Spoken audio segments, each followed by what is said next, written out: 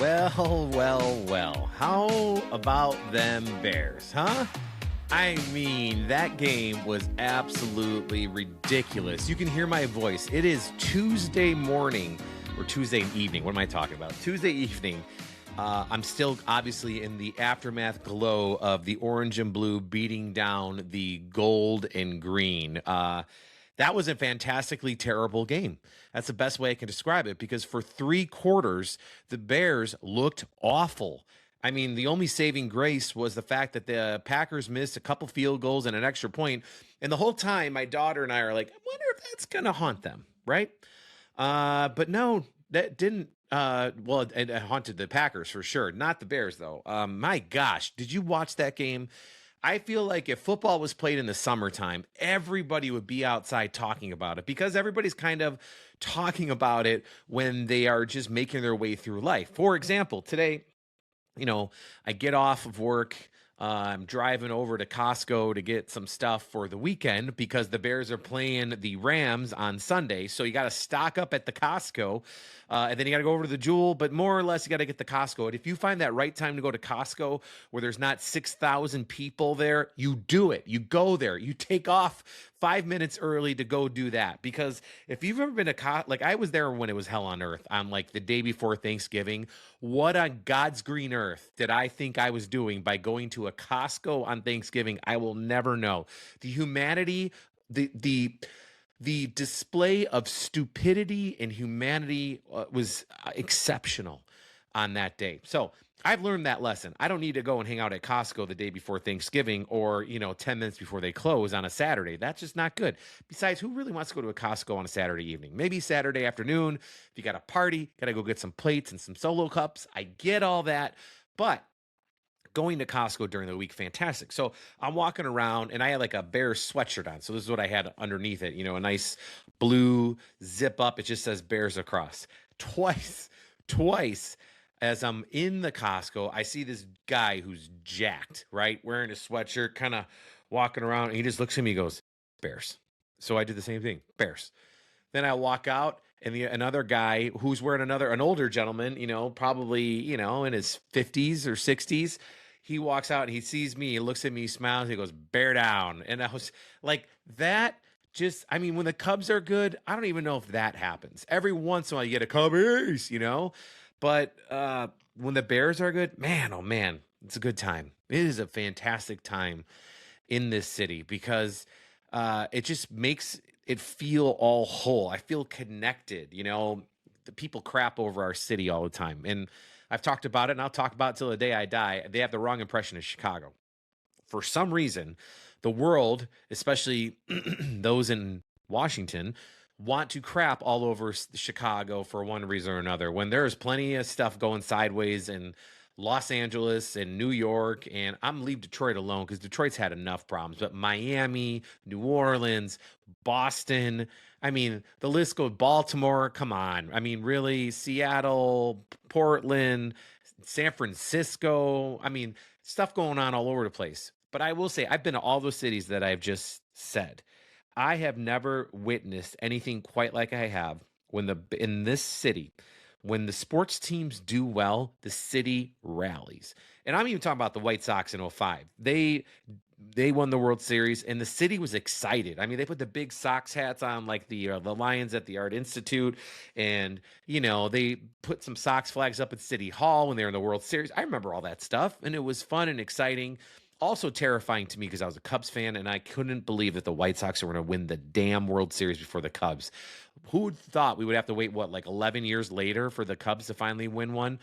Um, Either way, the Bear or then I'll go to the Bulls. So the Bulls won 6 in the '90s. I think everybody took that for granted because you just thought they're going to be good forever. You like when Pippen, Jordan, Rodman, excuse me, Paxson, Cartwright, all those guys playing on the Bulls, you kind of just thought they were going to be like that forever. You didn't really think about them retiring. You didn't think about them going away. You just thought about the Bulls being the Bulls, man. And the '90s were great for that. I mean, it was just a great time. And any other team in the '90s was overshadowed by Michael Jordan, the Bulls. Rightfully so, even though The White Sox had a couple great years in the 90s, and the Cubs had one good year in 98, not much really before that. And the Hawks kind of were forgotten. So, then of course you get to the 2000s, you got the White Sox, and then you get to the 2010s till 2015, and that's when the Blackhawks did the Blackhawks thing, and the city rallied with the Blackhawks, and it was fun and it was exciting. And I remember covering a parade or two and chasing the cup around the city, like when the players are going like all over, like there's a place called Stanley's. Do you remember Stanley's Bar and Grill? That place was right on like Lincoln, or in just south of like Armitage. It was that side building, that Flatiron kind of building. That place was spectacular. It had the best damn pot roast and meatloaf I've ever had. Eddie Vedder playing in the basement with Chris Chelios, and the cup showing up at Stanley's. You're chasing it all around the city. You're chasing it to like nightclubs, like the I forgot the nightclub, Manhattan nightclub, or whatever nightclub was on Halstead, like before the West Loop was like the West Loop, when the West Loop was still kind of like the home of house music because of all the different warehouses hanging out in the West Loop. Like that's when the Blackhawks won and people are running around that part of the city. Damn, it was awesome. Especially back then, because the West Loop was so much in its infancy stage of what it has become now. Now it's like, it's a little bit of like Naperville mixed in with Chicago, plopped in the west side of the city. I'm old, so I'm sure everybody's going to give me shit for saying that. But I mean, if you go to like downtown Naperville, that's what the West Loop is, except fancier places in cooler buildings, right? Because they're all old buildings. So there's a little bit of old Chicago history there, but a lot of it's just new. So that's why it feels that way. But, whatever. It's like the meatpacking district in New York City, in Manhattan. Same vibe, pretty much same thing, right? But when the Hawks were doing their thing, that was outstanding to be in. I mean, there's old bars where you could hang out there, and I remember you would see them getting in and out of like cabs or out of Ubers or out of things that were, people driving them around with the cup, drinking. I mean, a big ass Stanley Cup, and they're drinking the thing out of, beer. On the north side, they made it up that way as well. And it was a lot of fun. And I just remember thinking like, God, this is great. I remember being at the parade for the Hawks when they went down Michigan Avenue. That was outstanding. I was right in the middle of Michigan Avenue, covering it for WGN at the time. And I remember just looking at all the people. And there was probably, I don't know, 1 million people downtown, or, I forgot the total, but it was a lot. All right. There's a lot of people hanging out downtown, and it was just this feeling of euphoria. I remember like taking the train down there to cover it because they didn't want us to drive because there was nowhere to park and everything else. Cool time, man. But I will say the Bears, completely different. I mean, completely different. They won the NFC Championship game in 2006 because that's the year they went to the Super Bowl. And I remember that vividly. I was in an apartment in Lincoln Park, second floor, overlooking Bissell Street, Bissell and Armitage, just not far off of that, just south of Armitage on Bissell. And, we're watching the game. The Bears win. It's snowing out. We're watching on TV. You see Urlacher hold up the George Halas trophy. And it was pure euphoria. People running down the street in the snow, right? Running down the street with Bears flags, screaming "Bear down, Chicago Bears." It was fantastic. I'll never forget it. Fireworks going off. Well, that was the NFC Championship game, and I believe they beat the Saints back then. So you're thinking, oh, they can't really top that unless they win the Super Bowl. No. They beat the Packers, my friends. They beat the God-blessed Packers at Soldier Field for the first time in a playoff game since that 2011 matchup. 2010 football season, believed in 2011 it actually happened. That was the second time they met up. The first time that the Packers and Bears ever met up in the history of either franchise was 7 days after Pearl Harbor was bombed.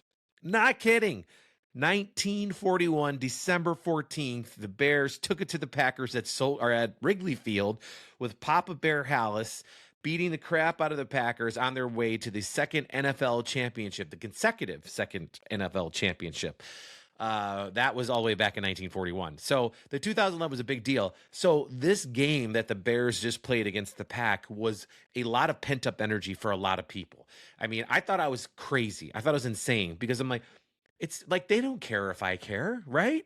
Like I have far surpassed thinking that like if I wear this particular Bears hat or this shirt, they're gonna help. It's gonna help them win, because that's just stupid. That because if that were the case, the Cubs would have won the World Series in '07, in '08, in '03. The Bears would have won in '06. They would have won all the way to the Super Bowl in 2018 when they lost in that playoff round, because if it was measured by all the people that had superstitions and cared that much about the team that they were rooting for, then everybody's team would win. You know, like the Red Sox wouldn't have gone 86 years, the Cubs wouldn't have gone 108, and the White Sox wouldn't have gone whatever there was. I don't even care. So like I'm far removed. I'm old enough and mature enough to recognize the fact that it doesn't really matter what you wear and what sock you put on, or if you've never changed that underwear from every game that the Bears, none of that matters. It doesn't. What matters is the team believing in themselves, right? Like that's at the end of the day, them believing in themselves. And the interesting thing about the Bears this year is that not only is the team, we see them believing in themselves before our very eyes, we also, as a city, are believing in the Bears before our very eyes, because for the first couple weeks, it didn't look good at all. I think they started 0-2, you know what I mean? And then it was just kind of looked like garbage for a while. And, you know, in all due respect, it had to, because basically, you know, the coach had to take it all the way down to the studs and start over. And that included his quarterback, his offensive line, the defense. The defense showed up in the last two quarters of the game, which made the game winnable for the Bears standpoint. So I will say that. But the last few weeks has been kind of a dog show of like defense on the Chicago Bears defensive line. But I get it. Guys were hurt. Guys are tired. And I think I'm going to be honest here. Were a lot of guys perhaps that started off on this team back in like OTAs in the spring of 2025. I think it's fair to assume that some of those guys did not think they'd be playing in January, because everybody in the city didn't. I remember listening to every radio station in town or every national news that I cared to watch, and nobody picked the Bears. All the homers that say that they knew, oh, this is the team. Nobody picked the Bears. They called them a disaster, a disgrace, especially when they started off 0-2. And then they just, and everybody else for that matter, everybody in the city, when the Cubs were in the playoff run in September, the Bears were kind of doing their thing. That's when they started hitting their stride. And you're thinking, man, the Cubs made the playoffs. The Bears are playing pretty good. Like if they win a few more here, they might have a chance to win the or get to the playoffs. Get to the playoffs, right? But that's ridiculous. You know, they're in the middle of rebuilding this thing. You know, they got the pieces in play, but probably not this year. You know, that's what everybody would keep saying. Like if the Bears went 8-8 or 8-9 or whatever the case may be, that's what people were saying. And this is the year where I learned that none of those people know what the hell they're talking about. They don't. They're just taking their best educated guess based on feeling, based on they know a guy in the locker room that's talking like this. You know how many times I've heard about somebody knowing somebody in the locker room and saying something and the opposite happens? It's all bull crap. Nobody really knows unless the game's fixed. You know what I mean? And I, for a minute, thought maybe the game was fixed on Saturday night, because the way the Packers just kind of like turtled, as I've been hearing. They just laid down and didn't do anything. It was, I don't know. Either way, from September though through, let's call it that game they won against the Packers in December, right before Christmas, the belief was starting to show. It started to percolate. People started wearing Bear stuff again. My neighbors started flying Bears flags again. I haven't seen Bears flags in years. People started flying Bears flags. People were talking about it. People were wearing Bears merchandise again. I've seen Bears jackets I haven't seen in years, and it's exciting and it's fun. And then they beat the Packers, and the city, as a collective, the city was like, "Oh damn, we beat the goddamn Green Bay Packers. We beat the Packers. We did." And yeah, like all the Packers fans were like, "Oh, it was lucky. It was blah blah blah." Listen, ass, it was tied. And we went for it all. Literally, Kevin Burkhardt, the announcer, said it. We went for it all because we were gassed and we went for it all. And that throw was amazing. And this season alone, Bears quarterback Caleb Williams has made more throws that I have never seen a Bears quarterback make before in this one season, and then the entire, let's call it 40 plus years of remembering Bears games in my life. Jay Cutler made a couple, but those are far and few between. Caleb Williams makes them daily when he plays, like multiple times in a game, he makes them. Where other Bears quarterbacks made him like 2 or 3 times a season, he's making him in a game. And let's talk about the game, the pivotal pass that was in the Bears Packers game, Soldier Field, this past Saturday. It was fourth down. Caleb allegedly, like, coach gets in his ear, it's fourth down. There's like, I don't know, 2 or 3 minutes left in the game. Basically, if they don't get this, the season's over because they couldn't stop the Packers. So the belief was that if they didn't get it here, that Packers would get the ball, they run the clock out, that would be it, right? So it's fourth down. Caleb, scrambles to his left. Everybody's seen the play by now. And he makes that throw, that jump man, like Michael Jordan, Air Jordan, like throw to nobody. He threw it to his space. And then you see Roma Dunze, who wasn't really having the best game up until that point, come out of nowhere, make the catch, gets clocked, and they get the ball down, and then they drive, and then they score a touchdown. I mean, it like DJ Moore touchdown, a la the same kind of touchdown vibe as the Packers, but everybody collectively was celebrating, but also terrified because there was like a minute and a half left in the game, and we watched the Packers run up and down on the Chicago Bears for better part of 40 years, right? And especially the better part of the last 20. It's been ugly, what they've done. So everybody had that collective breath, and I'm not kidding. When they won the game, like, you felt like this pressure, almost like when you have like a rice pressure cooker or the pressure, I forgot what they're called now because I'm talking to you, I'm not remembering it, but crock pot, but not a crock pot. You know what I'm talking about. It's almost like that kind of feeling, like this just, and when he dropped the ball and it fell down on the ground and the Bears win, I mean, in my household, we all jumped up screaming quietly because there's a 1-year-old sleeping like 20 feet from all of us screaming. I ran outside of my house, out on my stoop, and I screamed at the top of my lungs. Tuesday, still my voice is harsh and rasp from it. I screamed "bear down" as loud as I could, and that the Bears fucking won, and I was in heaven because I haven't seen the Bears beat the Packers in my lifetime that I can remember. I mean, I remember in high school they beat them every once in a while, but I also remember that terrible game on Halloween when the Bears tried to kick a field goal and the ball blew backwards because the wind was howling off the lake so bad. Like, I remember those Bears games, right? Just awful Brett Favre kicking our ass kind of games. So this was different. It was outstanding. It was fun. I couldn't believe it. And in my neighborhood, people were up and down the street screaming, fireworks going off. That has not happened. It happened, yes, I should say. It happened when the Cubs won the World Series. That happened. That same vibe. And I know it sounds ridiculous to say that same vibe was when the Packers and the Bears played and the Bears beat the Packers to move on in the playoffs. But that pressure cooker vibe and anxiety was the same. And now, of course, we want the Bears to continue, right? Of course, we want to win the damn Super Bowl because we know playoff appearances are far and few between. And until otherwise proven, they're far and few between.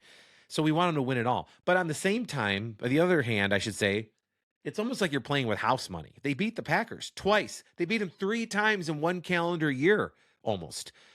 I mean, they beat them in December of 2024. Then they beat them again in December 2025.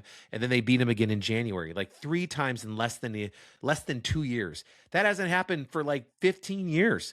So that pressure cooker vibe gone, right? It's just an outstanding time to be in Chicago and to really see what our city's all about, because everything posted afterwards were people just celebrating like when the Cubs won the World Series on social media. Same thing with the Bears. They're showing, even the Bears put that in their story of different places all over the city, from like a parents and 2 kids to Bourbon Street, not the one in New Orleans, but on the south side of Chicago in Marionette Park, Bourbon Street, where there's like about 3,000 people in that bar, packed to the gills, screaming like they won the Super Bowl. And it's not because we're like meatball Bears fans because I hate that stuff. That's not what it is. We're just excited, man. We're excited that our team finally won. Not only did they win, but they beat the arch rivals, a la the Cubs kicking the Cardinals' ass in 2015 to move on in the playoffs. This is that moment. And the Cubs, if you remember, won all the way to the National League Championship Series, right? Kind of a big deal game. So, I mean, why not NFC title match? Let's take care of whoever. If they have to go to Seattle or they play San Francisco here, and let's go to Seattle. Let's go to San Francisco after that in the Super Bowl and take care of business there. Because why not? Why not this team? I mean, there's no reason why they should be as far as they are. So then, therefore, there's no reason why they shouldn't win the whole damn thing. Just like they said in Major League, win the whole fucking thing. Do it, because you see what it's done to our city. I mean, they got the big bear hats on at the Art Institute. There's Bears flags everywhere. I did a story about the bear down flag that you should be having in front of your house and fly it proudly the day of the game, because we as a city need to bear down. Get behind this team, because it doesn't happen often. My 16-year-old daughter was like, "What's the big deal? They win." I'm like, "You're 16 is the first time they've been good in your lifetime." Basically, that's what the big deal is. And this is like the third or fourth time they've been good since I've been born, and I was born in 1980. So you get it, right? You get it. It's a big deal. And damn it, have a good time. Enjoy. Put this podcast up. If you are interested in a bear down flag, go to the WGN Flag and Decorating Company. They sell them there based on my requests for doing a story for CBS. I did a story for CBS about the WGN. You can go on YouTube at CBS's YouTube page, and you'll find it right there under the For Love of Chicago section. There's a story called Bear Down. It's all about them making the flag. They hand make the flags. They're fantastic. I mean, in fact, you know what? I'll show you one. Hold on. This is all real time. I'm not editing any of this, so excuse my wear. I went for a bike ride earlier, but here we go. Ready? Here's my flag. All right, folks. You can tell I'm nerding out. I still got my orange and blue on everywhere, right? And this is the flag. This is the bear down flag. So check this out. This is what I'm talking about, folks. You need to get this up. Ready? Look at this. Come on. See it through the thing. Look at that. Right? Bear down, man. Get your flag. WGN. And here's the thing. Why am I telling you about the WGN flag company? That's because this flag doesn't exist on the internet anywhere else. I wanted to do the right thing there and try to buy it on the NFL.com or, bears.com. They don't sell bear down flags. I don't know how that's a thing. It's ridiculous they don't sell bear down flags for the Chicago Bears. They have the fight song Bear Down Chicago Bears. I went online. I went on eBay, I went on Etsy, I went on Amazon, and I just typed in Google bear down flag, and I got these ridiculous things. I literally found a bunch of flags with a big giant bear with an arrow pointing down, or another bear holding an arrow down. Like this lame ass crap.